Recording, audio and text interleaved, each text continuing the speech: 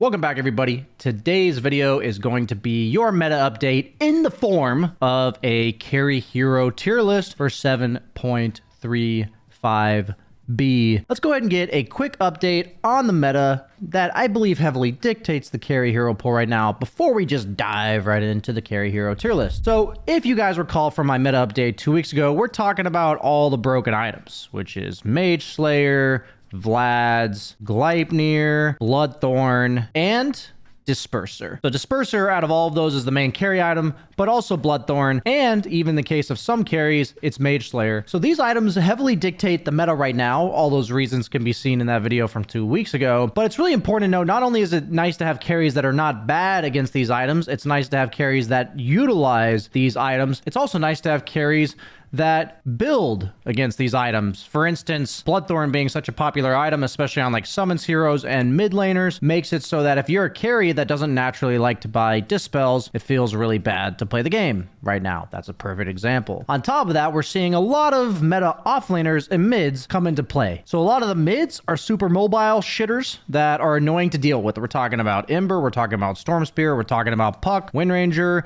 Hard to get your hands on these mother effers. And then when we're seeing in the off lane is a lot of these Shiva's rushing still offlaners that also, if they jump you, you're kind of in for a world of hurt. We're talking about like the Doombringers, the Centaurs, the Timbersaws. These heroes are really annoying, up in your face. Vipers, DPs, heroes that you have to jump, basically. They walk at you or blink on you, and it feels really bad. So what does that mean? We're seeing a lot of mobility-based carries because the best way to deal with the Vipers and DPs of the world is to avoid fighting them. And the best ways to deal with the Dooms of the world is to jump them before they jump you, or at least make it so that they have to stun you once they do jump you, so that they can get their abilities off. So these are the main types of heroes that we're seeing in the meta right now. And a lot of supports are also mobile, burst heavy. We're seeing Venge, we're seeing Hoodwink, we're seeing these types of heroes that kind of just assassinate you. So Assassination Lion, for instance, right?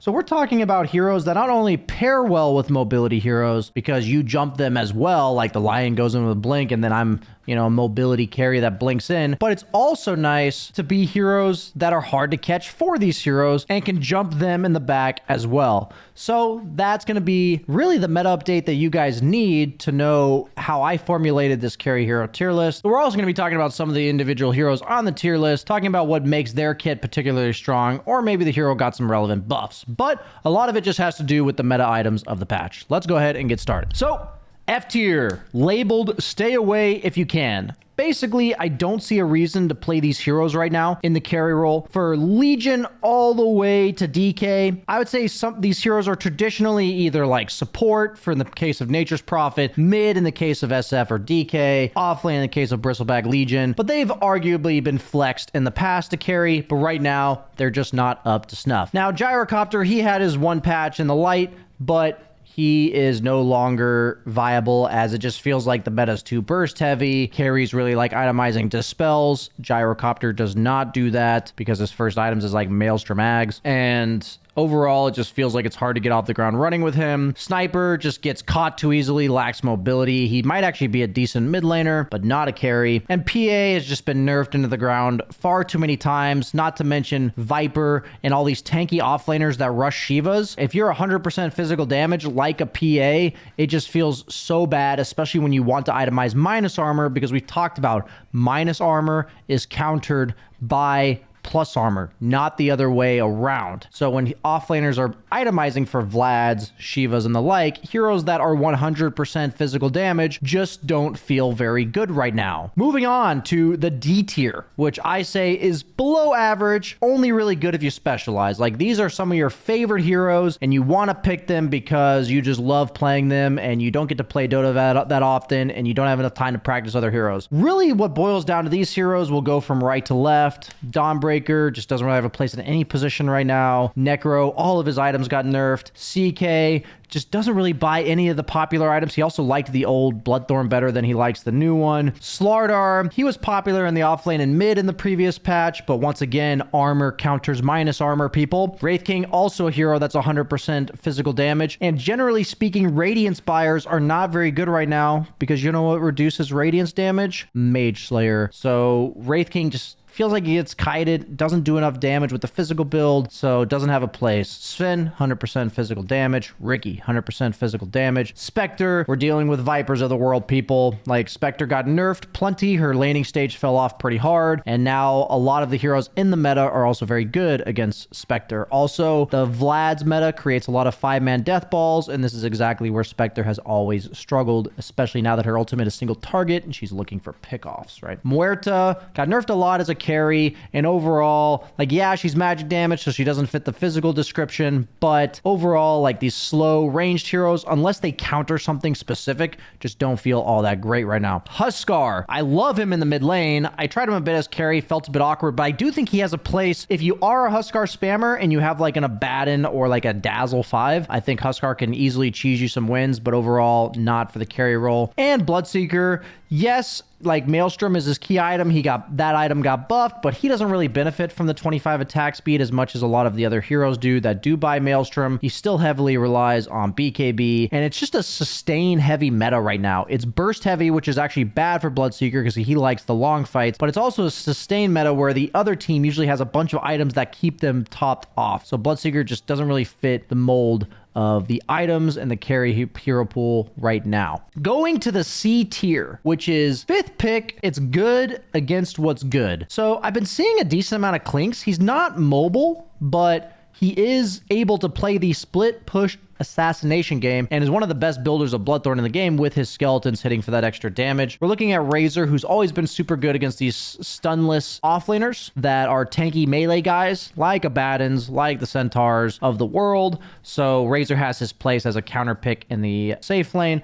Lifestealer, very similar, but he can actually go Radiance because it gives him mixed damage because he's a hero that has Rage, built-in BKB, which gets rid of the Mage Slayer, ignores it. So he's also a lane counter hero, but man, it better be like tiny 4-position Pudge off lane if I'm going to pick Lifestealer. I think he's really good in those type of situations, but otherwise I'm pretty much ignoring him. Monkey King, out of all the heroes with the passive that allows them to lane dominate, it just feels like all the items Monkey King wants to buy right now. He loves Mage Slayer. He loves going Orb of Corrosion. He loves Diffusal, but all these items just feel better on support Monkey King because it benefits his ult. So I feel like this hero would just rather be a support. Moving on to Lone Druid, I think he's just a much better mid laner than he is a carry, but if you're really good at Lone Druid and he's still an amazing cheese pick, I still get cheese by it every day, super annoying. Go ahead, do your thing. Terrorblade, 100% physical damage. Need I say more? I don't really think he loves the new items. Overall, his win rate's really low. It doesn't feel like I see very much TB, and he's also bad against what's good, which we'll get to later. He has very bad carry matchups against a lot of the popular heroes right now. But that's why if he's 5th pick and you see a Luna on the enemy team,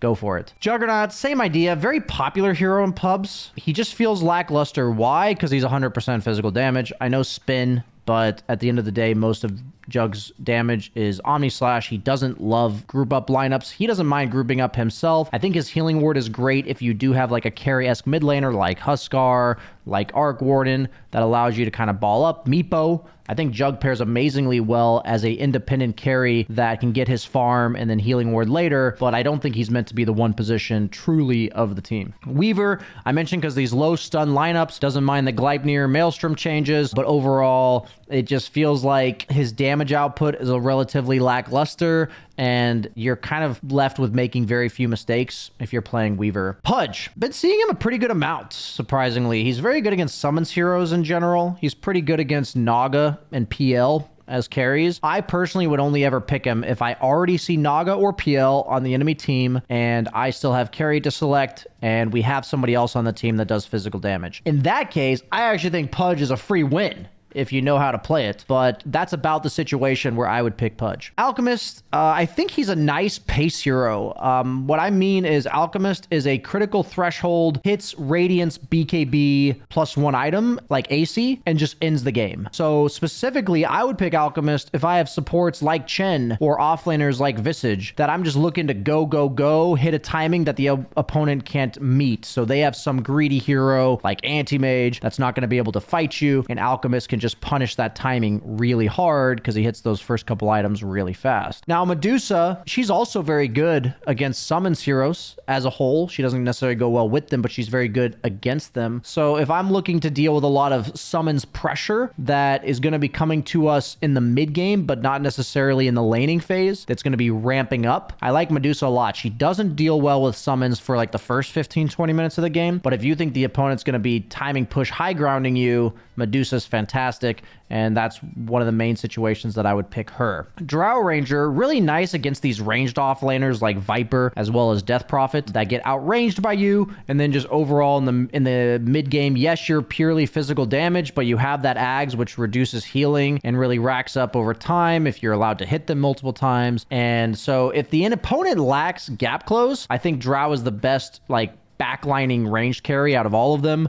But overall, I think she still belongs in C tier. So going on to B tier, which is 5th pick, situationally good. So what that means is that the hero just doesn't really have any counters, and it feels like a pretty free game for them, rather than they're specifically good against somebody in the meta. That's like the difference between B and C tier. So for B tier specifically, PL has a decent win rate. Basically, they have no way to deal with illusions. Like, PL will always have his place. He's not so bad you can't pick him. I do believe this hero has a pacing issue right now, but the new Disperser is so good for him. Bloodthorn's really good for him as well. So all these new items give him a lot of power spikes, but I still am concerned about his first 15-20 minutes. I put Arc Warden here, not higher, because I think he's a really powerful OP mid laner, but in the carry role, I think he's a bit too slow, suffers from like the lack of mobility as a slow ranged hero, and that problem gets easily fixed as a mid laner with Boots of Travel, but that timing is definitely much later with your levels and everything if you're a safe laner. So Arc Warden, I'd leave him more to mid, but I put him here if you are an Arc Warden player and you play carry, then go for it. So I put Ursa in here as well. Just so you guys know, Mage Slayer does reduce Fury Swipes damage. So I do think Ursa feels kind of bad in a lot of circumstances, but if they highly lack disables or kiting abilities and they have a bunch of tanky boys, then Ursa may be your go-to. TA, I specifically like her against very low armor offlaners, such as Centaur, for instance. But the reason why she's only really 5th pick is because she has mobility once she gets the Blink Dagger, so she builds to become a very standard carry. But I think her items are not particularly amazing. She doesn't like going the Disperser, the Bloodthorn, the Gleipnir. So I think as a hero concept, she's actually very powerful right now.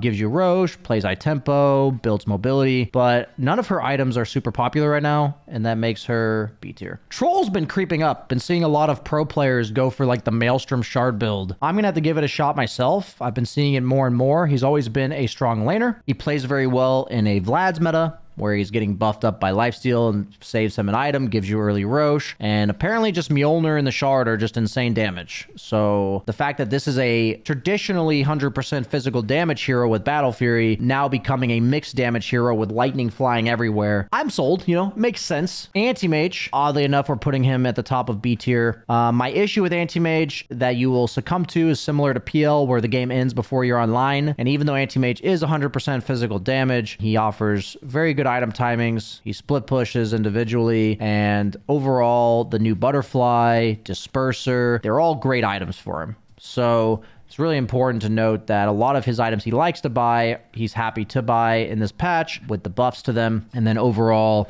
he builds these dispels, he becomes hard to kill, and there is a lot of magic utility damage going on in the patch right now, and obviously anti-mage,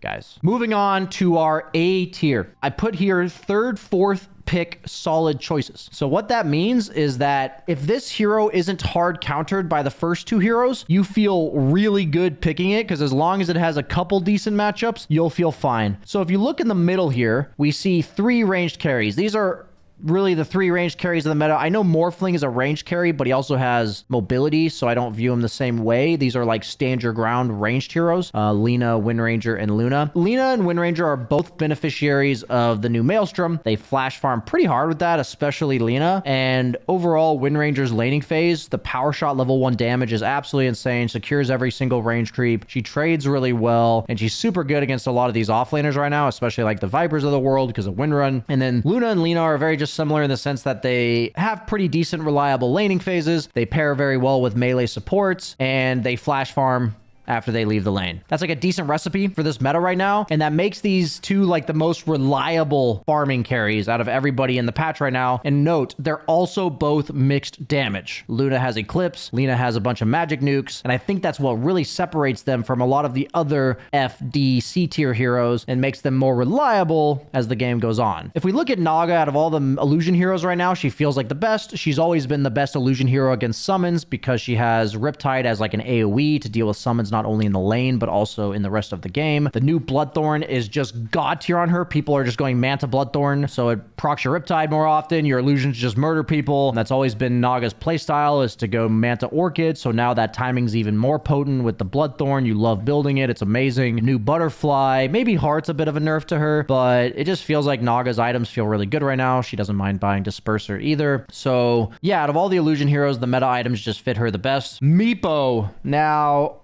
I literally had to add him to this tier list, guys. I literally had to add him because I didn't have him in the carry heroes at all. But I am seeing a decent amount of Meepo in every core position right now. The Mega Meepo is just super freaking obnoxious. I hate this hero. It feels super cheesy. The new Disperser is absolutely insane on him. The AoE Dispel that just runs really fast. It's like really hard to catch him because of Blink, Ags, Disperser. I mean, all of this just is so freaking annoying. A hero that's traditionally been countered by just like coordinatedly killing him.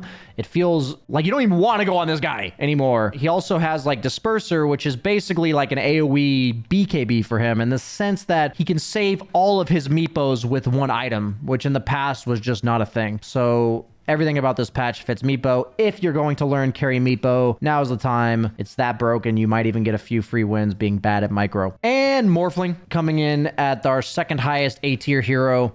He has his counters, the Nyxes of the world, the AAs, but his laning stage is so reliable. He has numerous different builds he can go. He loves the new Vlads for the sustain in majority of games. Feels almost impossible to shut this guy down right now. He loves the new items, the Disperser especially. He doesn't mind any of the new items. Like, he has a bunch of built-in dispels. He has the ability to burst you. He's mixed damage, all that jazz. So, yeah, it just feels like Morphling's really reliable right now. Guys, I am a horrible Morphling player, and I am 4-1 this patch. Pretty freaking broken, okay? Just trust me. Try it out. Now's the time 100% to be learning Morphling, as that is exactly what I'm trying to do as well. Slark. My boy is back, baby. I am owning with Slark. And it is because his items are so good.